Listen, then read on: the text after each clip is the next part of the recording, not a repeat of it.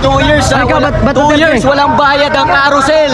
Oh. Nagtatrabaho ako, 2 years. Hindi ako nagbabayad ng pamasahe dahil kay Duterte. Oh. Bakit kay Bongbong wala? Dito kay Bongbong, puro pabaon. So, solid Duterte. Ayoko ng adik. Ayaw mo na adik? Oo. Dahil kay Duterte, nakapag-aral ako, third year college ako. Dahil sa pagpasa ng tertiary law. Mga testigo nila eh. Ano nangyayari? Kinukumpuro nila yung narrative dyan. Diba? Salamat bro. Thank you. Okay, thank you guys. Isa po sa mga solid Duterte rin. Ano yan? Oy! Oy! Ano yan? Nagkakagulatan. Ano yan? Wala. Nagano lang kami rito. Kasi balita namin, mayroon daw naghahandang mga diaper doon. May natatain na raw doon eh. Ay, nako naman talaga oh. Kayo man. Oy. Ba't Duterte?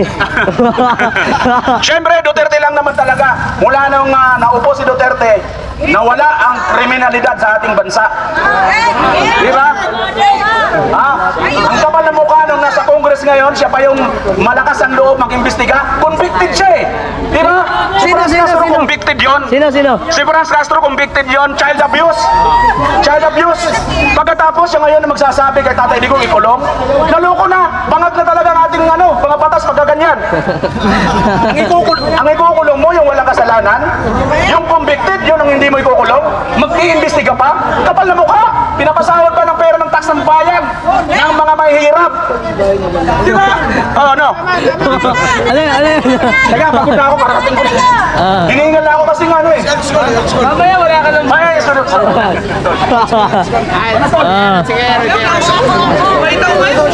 Ito, Ayan na si Madam Charia. Pinapakilala po namin dito. Ayan na.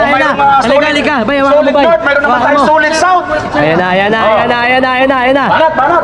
Saan ba pwede yung gabit dyan? Oh, ito, kakabit ako. Ayan na, ako na.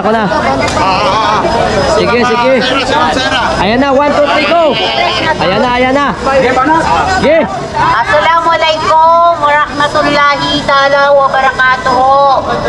Ako po ay isang Muslim na Maranao, representing the BARM region, Autonomous Region Muslim Mindanao.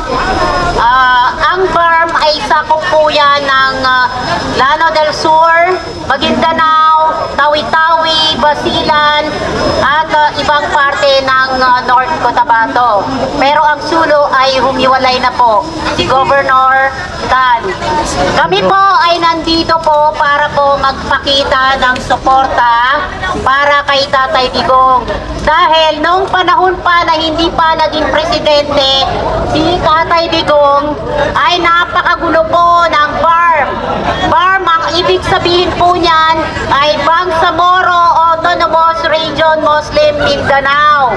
Nung kapanahunan pa po ng mga nakaraan administration, mahirap po puntahan ang party ng BARM dahil po nandyan po ang mga terorista. Nandyan po ang tinatawag na mga ISIS, tinatawag na mga iba't ibang grupo na kung saan sinikidnap nila yung mga bumibisita sa party ng BARM para po pagkapirahan nila, para po takutin ang mga turista na kapag hindi po sila nagbigay ng hinihinging ransom ay puputulan po nila ng ulo. So, nung pumasok po ang Duterte administration, naging tahimik na po ang Bangsamoro Autonomous Region Muslim Mindanao. Para po sa kaalaman ng lahat, kung hindi po dumating si dating Pangulong Rodrigo Roa Duterte, hindi na po makakamtan ang tunay na kapayapaan sa Bangsamoro Autonomous Region Muslim Mindanao. Kaya po sa mga hindi po naniniwala o hindi pa rin tapat na sumusuporta sa dating administrasyon, kayo po ay nagkulang ng pagkakaalam sa mga alituntunin ng mga previous administration. Ang pagkakaalam ko po, Duterte lang po ang tunay nang nagbigay ng kapayapaan sa buong Pilipinas, Luzon, Visayas, Mindanao. Dahil siya lang po talaga ang nagpakita ng tunay na malasakit sa ating mga bawat Pilipino.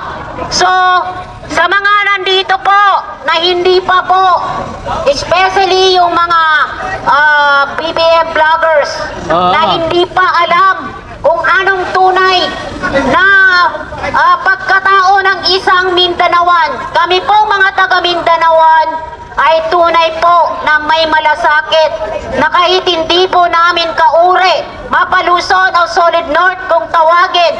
Ngayon po, dumadanas po ngayon ang Solid North ng matinding typhoon kung saan makikita na po sa mga social media ang kanilang mga bahay na wala na pong pag-asa para tirahan pa yan.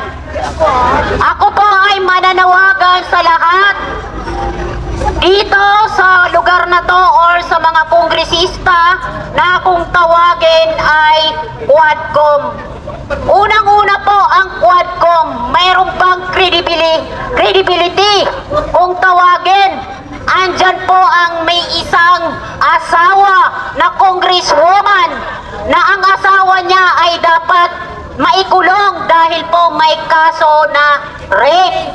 Ngayon po, doon po sa mga ibang kongresista na kasalukuyan na nagyayabang, nakala mo naman kung takutin si Pangulong Duterte ay kayang-kaya nilang apakan. Hindi po yan mabasta-basta dahil sanay po yan. Kaming mga taga Mindanao, hindi po kami matatakot. Kami po ay para sa karapatang pantao, hindi po kami yung masabi lang na politician. Ako masasabi ko po mula pa ng 2015, isa po akong Duterte diehard supporter. Bakit po?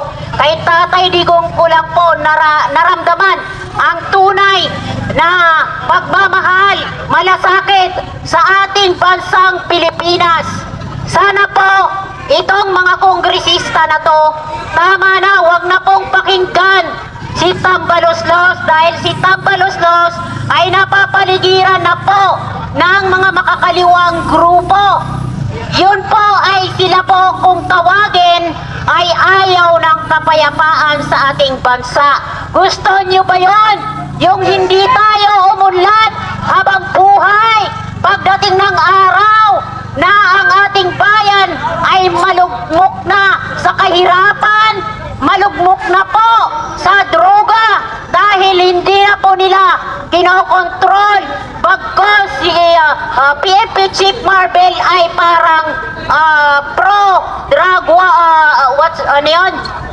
sumasang-ayon po siya ng ang drug ay hindi po masama.